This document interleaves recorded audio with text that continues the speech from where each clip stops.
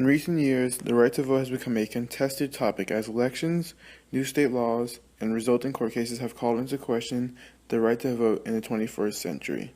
The right to vote is guaranteed to various citizens in the Constitution through the 15th, 19th, 23rd, and 26th Amendments. In addition, the prohibition on poll tax in the 24th Amendment outlawed the use of a tool to disenfranchise poor people of any race. The 15th Amendment states that the right to citizens of the United States to vote shall not be denied or abridged by the United States or any state on account of race, color, or previous condition of servitude. Despite this fact, we have seen throughout the 1990s and during Reconstruction some groups of people in the United States having their rights to vote denied or restricted. The following clips are interviews conducted with local students and teachers meant to test their knowledge on the right to vote and their personal opinions on voting. The right to vote is the right to be able to choose who you want to govern your country, and it's also part of your making your own choices and being able to control those choices. So it's a sense of freedom also, because you're choosing freedom by voting. It's a certified way in which we can ensure that there is no dictatorship in America. Basically, it's something that's given to us by the Constitution that allows for us to choose our leaders based off of their platforms and what they can accomplish for the country. So, how long should immigrants have to live in the country to become citizens who can actually vote? I'm not the expert on how long they should be here, but I think they should be here for a period of time which give them enough knowledge about the country, what the laws are, what their rights are, so they can have an idea what the best options are in terms of voting. So from your experience, how long did that take you? Probably about 5 years to decide that, okay, this is what's good for me, and this is what works, and this is what I now believe in. I would say around 2 to 3 years. So how much do you value your right to vote? For me, it's extremely important, and that's because I come from a country where voting is a huge thing.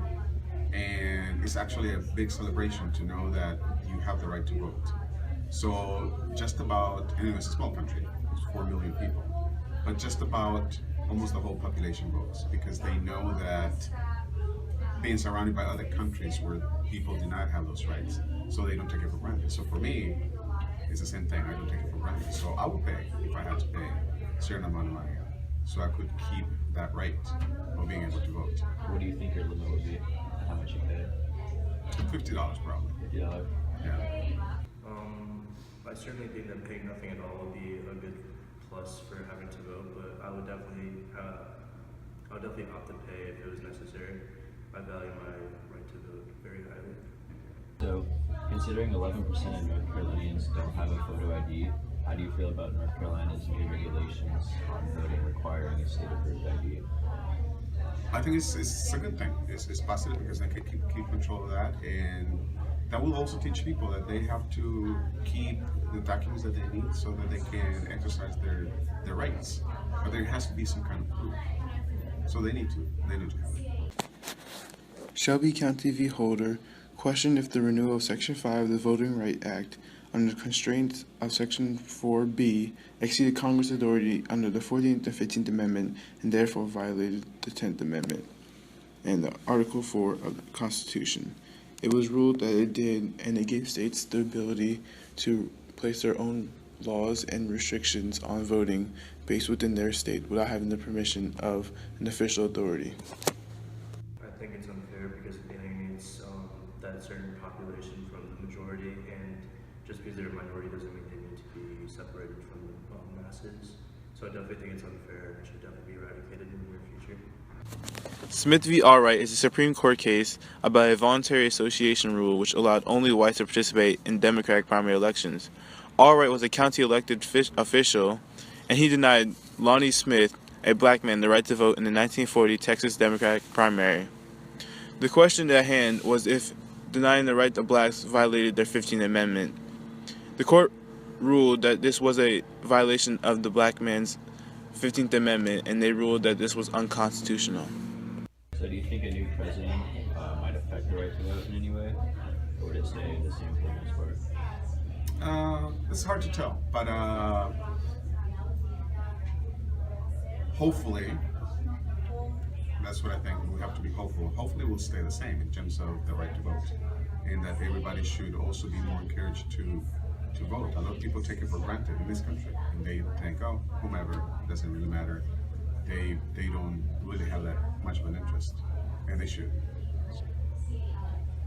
So a few years ago, North Carolina citizens were able to pre-register at the age of 16. They were able to do same-day voting. There were multiple early voting days, but now laws have changed. You have less voting days. You have to be 17 to pre-register, and you're not allowed to do same-day voting as well. So why do you think the legislature made these changes, and do you support them?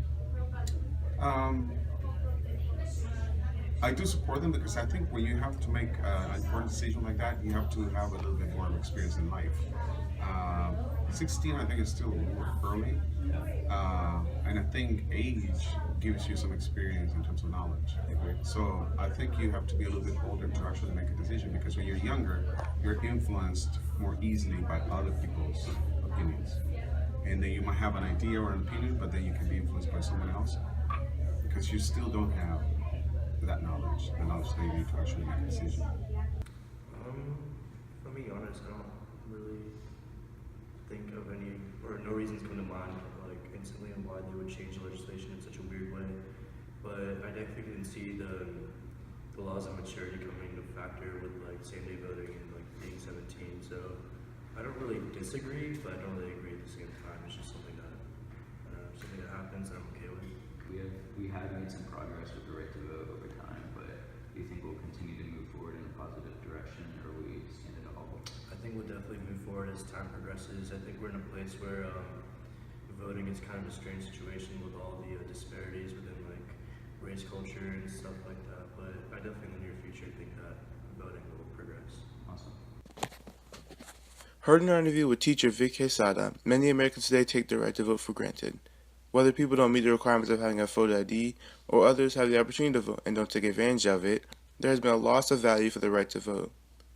Regardless of new requirements like a photo ID, voting in today's era is still a relatively easy goal to accomplish if you're a born American. Even though immigrants are denied the right to vote for a number of years when they first get to America, everyone seems to believe these immigrants should get the right to vote when they become knowledgeable about our country.